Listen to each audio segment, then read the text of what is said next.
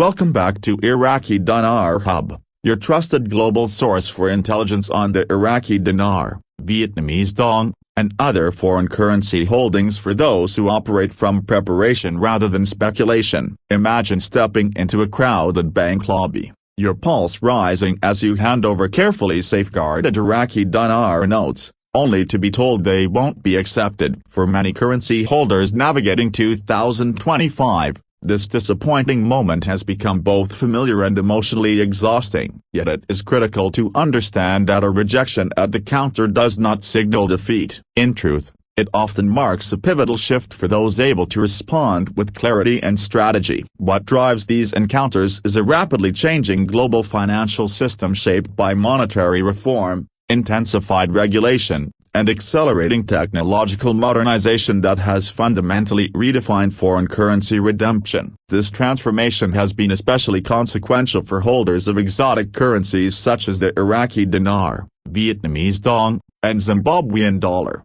As central banks across the world tighten systems to levels never seen before, financial institutions are compelled to upgrade security infrastructure and reinforce anti-fraud frameworks to preserve systemic integrity. Banks must adhere strictly to these standards or face regulatory penalties and exposure to financial crime risks. The result is far more aggressive screening at the point of redemption. This guide is designed to give you actionable strategy supported by real-world intelligence, offering a clear blueprint for navigating rejection intelligently. By repositioning your holdings and prioritizing compliance, you can optimize outcomes within an evolving market where preparation rather than panic remains the most valuable asset. Throughout 2025, holders of exotic currency have experienced rejection rates unlike any previous cycle. Despite prevailing narratives, these denials rarely arise from conspiracy. Instead, they originate from stringent financial safeguards now embedded throughout the global banking sector. Verification systems have advanced dramatically. Currency departments rely on sophisticated scanners, anti-counterfeit devices, and AI-enhanced recognition technology capable of analyzing microscopic design elements. Iraqi dinar notes printed before 2003 are immediately rejected due to post-regime demonetization. Vietnamese dong that fails to align with current polymer standards is commonly declined. Zimbabwe's historical bearer checks, once issued in extreme denominations, are frequently categorized as collectibles rather than spendable legal tender. At the same time, intensified anti-money laundering and know-your-customer regulations force banks to accept only currency meeting the highest standards of authenticity, traceability, and documentation. Institutions without direct central bank alignment often choose outright refusal rather than regulatory exposure. When these mechanics are properly understood, rejection transforms from frustration into strategic insight rather than a terminal setback. A common mistake investors make when confronted with rejection is assuming institutional failure. While banks are not infallible, the burden of proof in 2025 rests squarely with the holder. Before questioning a teller or escalating complaints, a full verification of holdings is essential. Each note should be examined for structural integrity, watermarks, security threads, microprinting, and serial alignment. Minor flaws such as folding, fading, or edge wear can trigger automatic rejection. Post-2003 Iraqi dinar includes advanced anti-counterfeit elements such as color-shifting ink and embedded security bands,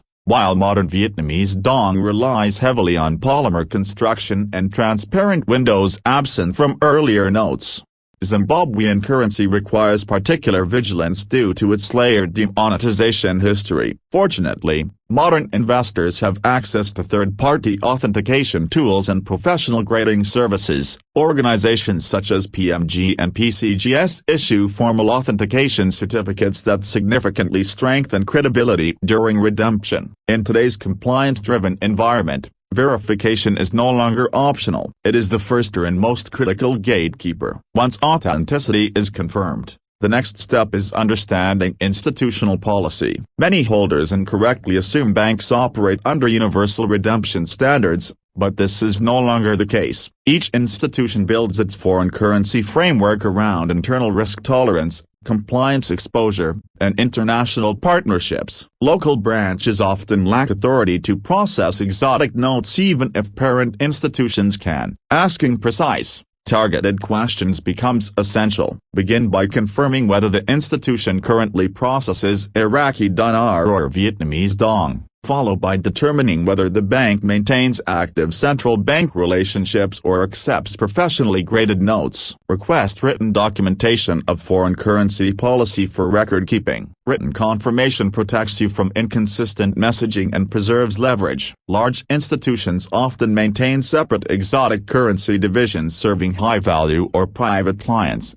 and recognizing these divisions helps avoid wasted effort. If one pathway closes, another may already exist within the same institution at a higher operational tier. When valid notes are confirmed but retail banks decline processing, the next strategic move is identifying institutions designed to handle exotic currency. By 2025, top-tier banks operate specialized divisions dedicated to these transactions, though access typically requires pre-verification, extensive documentation, and sometimes minimum relationship thresholds. Outside conventional banks, professional redemption centers now operate in major financial hubs. These facilities function under rigorous compliance frameworks and coordinate appointments, biometric verification, authentication sequencing, and secure central bank communication. These are not public walk-in facilities. They serve fully vetted clients operating under strict protocols. As demand has increased, appointment wait times can stretch months in advance. A rejection at a hometown branch does not mean opportunity has disappeared. It signals the need to move toward higher infrastructure channels capable of handling complex currency assets. In 2025's regulatory climate,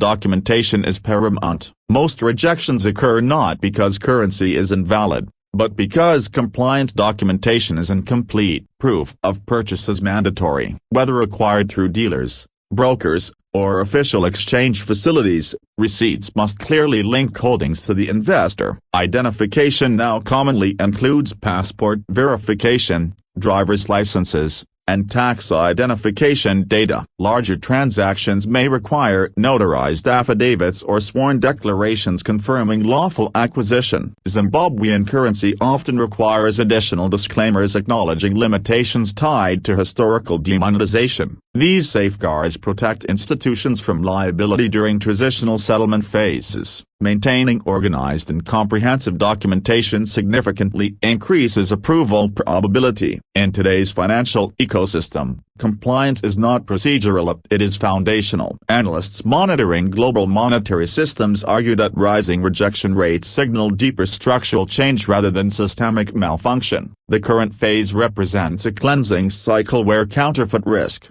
undocumented holdings, and legacy vulnerabilities are being purged ahead of valuation realignment. Iraq's compliance alignment, Vietnam's digital settlement pilots, and Zimbabwe's asset-backed instruments suggest the emergence of a more disciplined financial architecture. Historians draw parallels to periods preceding major economic restructurings when uncertainty masked strategic opportunity. Those who understood the mechanics early influenced future outcomes. The same logic applies today. For investors facing institutional refusal, alternative pathways remain available. Licensed currency brokers operating under state money transmitter regulations offer compliant, documented, and market-aligned exchange avenues. Many investors prefer brokers for their clear audit trails, structured settlements, and compliance support. Airport exchange hubs provide limited liquidity for smaller volumes but are rarely optimal due to unfavorable spreads. Private collectors may value obsolete series,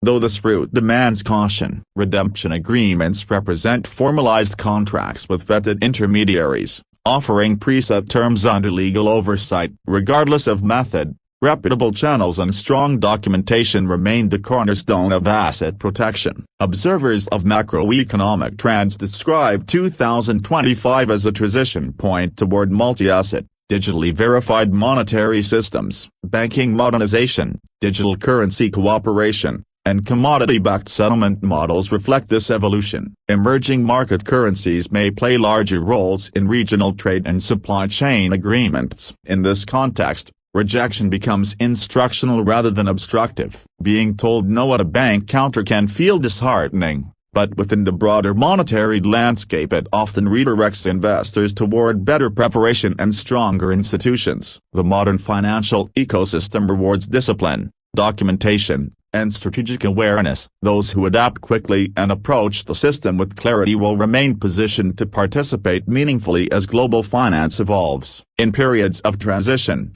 preparation does not merely respond to change, it anticipates what comes next.